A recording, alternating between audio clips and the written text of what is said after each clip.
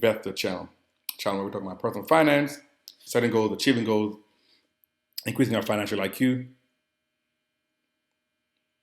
by studying, and increasing the financial IQ of our children by teaching, so we can break the cycle of generational poverty. If this is your first time visiting the channel, welcome, thank you. This is what we do. We're talking about personal finance. If there's people, friend out there you think could benefit, pass on information, let them know about the MD Investor. On YouTube at MD Investor. On Instagram at MD Investor1. This is a continuing series, guys, of back to school. We did back to school, back to basics. We did back to school lessons on stocks, lessons on bonds, lessons on mutual funds. And today's lesson we're going to talk about the 11 sectors of the stock market. The 11 sectors of the stock market. We want to know about them. We want to be aware of them. We want to be exposed to them so we can profit from them. Okay? So quickly, let's go over it.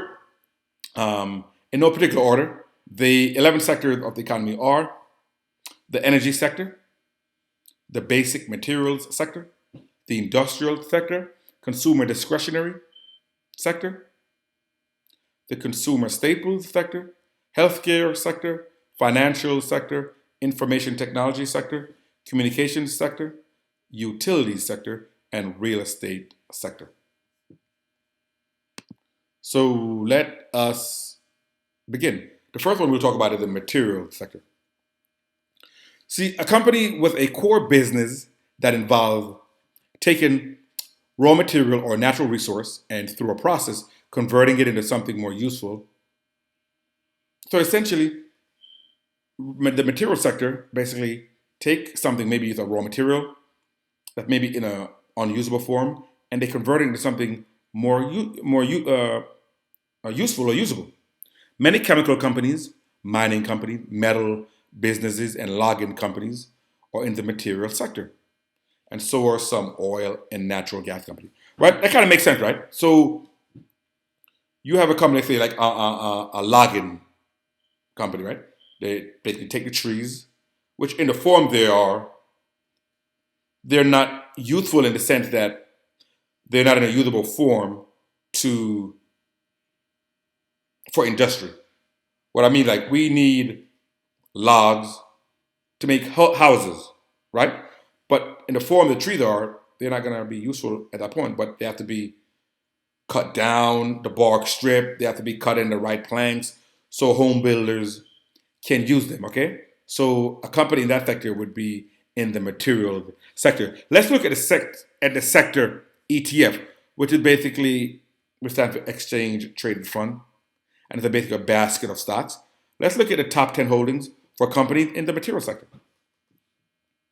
And then we'll move on, okay? And guys, you want to be exposed to all 11 segments or sectors of the economy, okay? Because when one segment or one sector is down, the other one could be up, okay? You don't want to have all your eggs in one basket. So top 10 holdings in the material sector.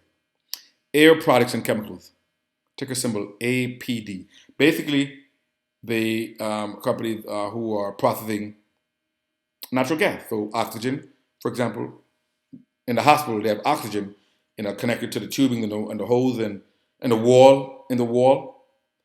Some company has to bring that, and we connect the hose so we can give patients oxygen when they're short of breath.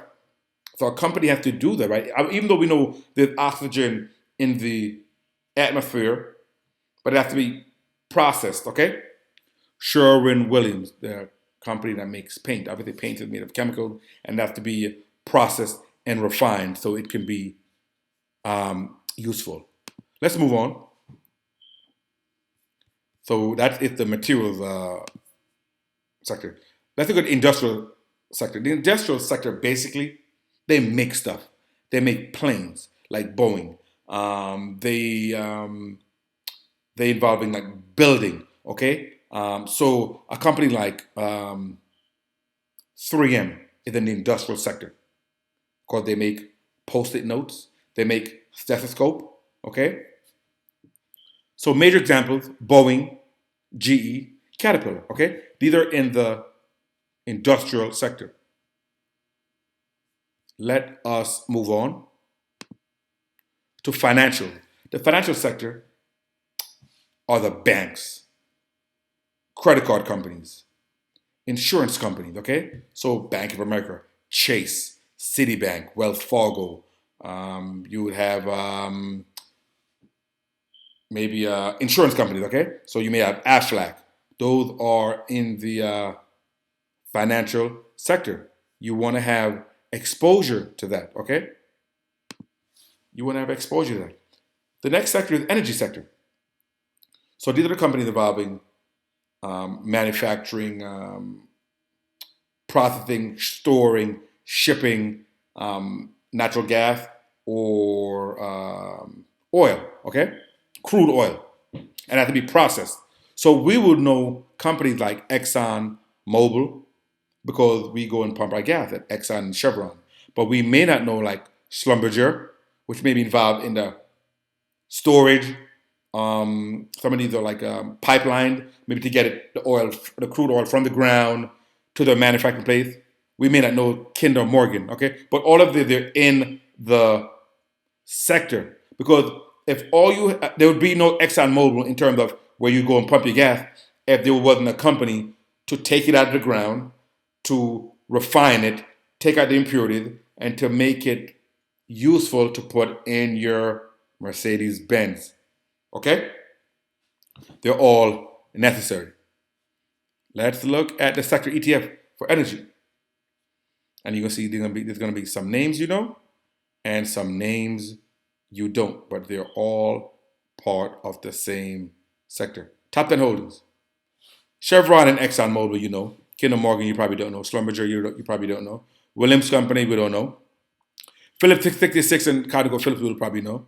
Okay, so just to show you the different companies there that are in different portion of the manufacturing process. Let's go to the next sector: consumer discretionary. Consumer discretionary, a company that involving things that we have the discretion to buy or not. They're really not necessary. So, automobiles. Do you really need a car to live? It's a want, not a need. There's public transportation. You can take the bus. You can take the train. Okay? Apparel, right? You don't need fancy clothes to live. It's not necessary. Hotels, we don't need to go to a hotel. Restaurants, we don't need to eat at a restaurant. We can eat at home. Leisure-related businesses and luxury goods. So, Carnival Cruise Line, we don't need to cruise to survive. We like that. We enjoy that. And let me add this. Now that we're going through the pandemic, you see this sector, the consumer discretionary sector, is being hit hard. Travel-related companies.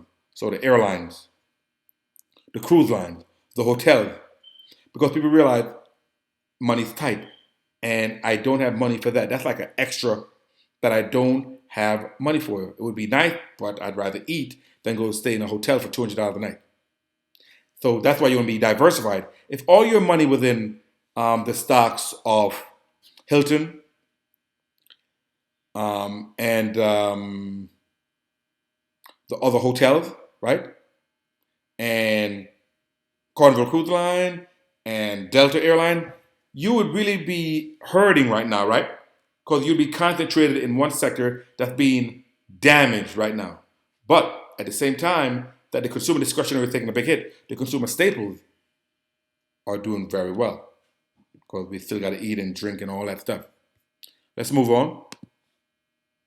Information technology. Arguably the premier stock market sector of the 21st century, information technology contains pretty much all the essential industries to today's internet-powered, device-driven world. I'm doing my presentation right now on a MacBook Pro made by Apple. Okay, major example: Apple, Cisco, Oracle. So these are companies that involve in the semiconductors that are involved in making the computer chip for the hardware and for the software for these devices, right? Your iPhone, your iPad, your Android devices, and so on. Communication services, which is basically a combination of the old telecom, your AT&T, your Verizon, and now your content supplies, right? So we have Netflix, um, we have Walt Disney, we have Facebook there. Okay, so your stocks in this sector. Let's look at the sector ETF. You see what I'm talking about. So communication services is not just your telephone companies anymore. It's also your entertainment provider. So in your communication services, you have Facebook, almost 25%, almost a quarter of it. Google, Walt Disney, Comcast, Verizon, okay? Netflix is even there. So it's communication services. So it's not the telephone, it's also entertainment and streaming services and so on. Next sector, real estate. One of the fastest growing parts of the market in recent decades has been real estate, embodied most clearly by the rise of the real estate investment trust, or REIT. So REIT, real estate investment trust, is basically a company that owns underlying real estate. We can buy shares in the company and get exposure to real estate without the headaches of being a landlord and all the other headaches associated with real estate. Okay, perfect example would be Realty Income, ticker symbol O. Realty Income is a landlord basically for all these industrial property, and it rents them out to companies like UPS and Walgreens and these companies, and you just buy shares in Realty Income, and when Realty Income is collecting rent, you'll get a profit, and they'll give you dividends and so on. So real estate is available to us to be invested in, okay, through the REIT, Real Estate Investment Trust. Next sector is healthcare, very big sector. So from your pharmaceutical company, even to your healthcare insurance company, right? So example, Johnson and Johnson, Pfizer, Abbott Labs, even United Healthcare would be in that sector, which is the insurance company. Okay. Next sector, consumer staples. We said that consumer discretionary is taking a big hit because they're really not necessary, right? Travel, leisure, taking a big hit. But consumer staples are doing well because in our new shelter-in-place environment, even though you're staying at home, you still need to eat and drink and brush your teeth. You still need toilet paper and shampoo and deodorant, and you still need Tide detergent to wash your clothes. So this sector is doing very well. Example of this sector would be like Coca-Cola. You still have to drink your iced tea and your soda and your Dasani water, or Colgate Palmolive. You still got to brush your teeth, and you still got to wash your dishes with Palmolive soap. You still need your Tide detergent to wash your clothes. Walmart has your clothing, your food. So you see how being diversified is a very good thing because it lowers your risk. If all your stocks within the consumer discretionary, you'd be taking a big hit. But because it's spread out, your consumer staples is doing well, even though your discretionary is not. Let's move on. Your utility. So utility basically is fundamental. We need that, right? That's your water, your gas, your power. You need that, right? You know how you feel when the power goes out and you can't use your AC and you can't use your refrigerator, you can't watch your TV, and the basic stuff of modern life is non-existent without power. Now, in our area, the New York area, Con Edison provides our power. In other places, other parts of the country, it's Southern Company, Duke Energy, or Dominion. These companies have a monopoly, meaning they have no competition because of the high barrier to entry. It's going to be hard for a company to come in to compete against Con Ed. Con Ed had the infrastructure, Con Ed had the hardware, Con Ed had all of the logistic and the infrastructure in place for power generation. So it's going to be hard for a company to come in. So essentially, they are a monopoly. And with a monopoly, if they wanted to, could raise their prices to just make a lot of money and make our life very uncomfortable. So they're called a regulated monopoly, meaning they have to work with the government. They can't go crazy and raise their prices, to an astronomical level. They have to show to the government that the cost of goods have been increased, so therefore we have to raise our prices, and the government has to agree, and it has to be reasonable. Okay. Um, yeah, they're a very necessary part of the economy, and they get money every month because a lot of these things are basically monthly, right? You have to pay your monthly light bill, your monthly Con Ed bill, your monthly whatever, and through that monthly money coming in, they're able to generate profit and return value to your shareholders in the form of dividends, which we love. So let's look at the sector ETF for utilities, and then we're going to call this a close. So top 10 holdings in the utility sector ETF. They have NextEra Energy, Dominion Energy, Duke Energy, Southern Company, American Electric Power. So lots of different utilities, and they're absolutely necessary. And like I said, guys, you want to be exposed to the entire sector of the economy, okay? Because you can make profit in all of them. When one sector is down, the other one is up, okay? So you never know what's going to be up and what's going to be down. That's why you're going to be diversified, right? Don't put all your eggs in one basket. So you want to be diversified, and we can be diversified in a couple of ways. One, we can be diversified by just buying an index fund, which is basically buy the entire market. That's one way, the easy way. The other way is you can do it manually and say, okay, I need exposure to the material sector. Let me look at maybe the two or three best companies in the material sector, and then you buy those individually. Same thing. I want exposure to the industrial. Let me look at the industrial sector and look at the best two or three, and get exposure that way.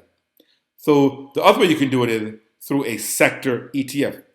So let me look at the sector ETF, which is basically a basket of stocks for the material sector, and I'll buy that ETF, and I'll get exposure to the top 30 or whatever, and I'll do that for every one of them. Obviously, the downside is that I'll have to pay an expense ratio for all of them. But those are the options we have. We want to be aware of the different sectors. We want to be exposed to all of them, and we want to spread our risk around. So, guys, just remember again, guys, we are back to the fundamentals. It's back to school. We did stocks and bonds and mutual fund, and now we're doing the sector, the stock market sector. If there's people out there you think could benefit, guys, let them know about the MD Investor. Definitely hit the like button, hit the notification bell so you'll be notified when new content comes out, and hit the subscription button as well. Okay, just remember, guys, the past is gone. We can't do anything about it. We can learn from it. The present is here right now, and we can plant seeds so we can have an abundant and exceeding an abundant future, which is what we deserve for all our hard work under the sun. Okay? Until next time, guys, I will see you on the next one.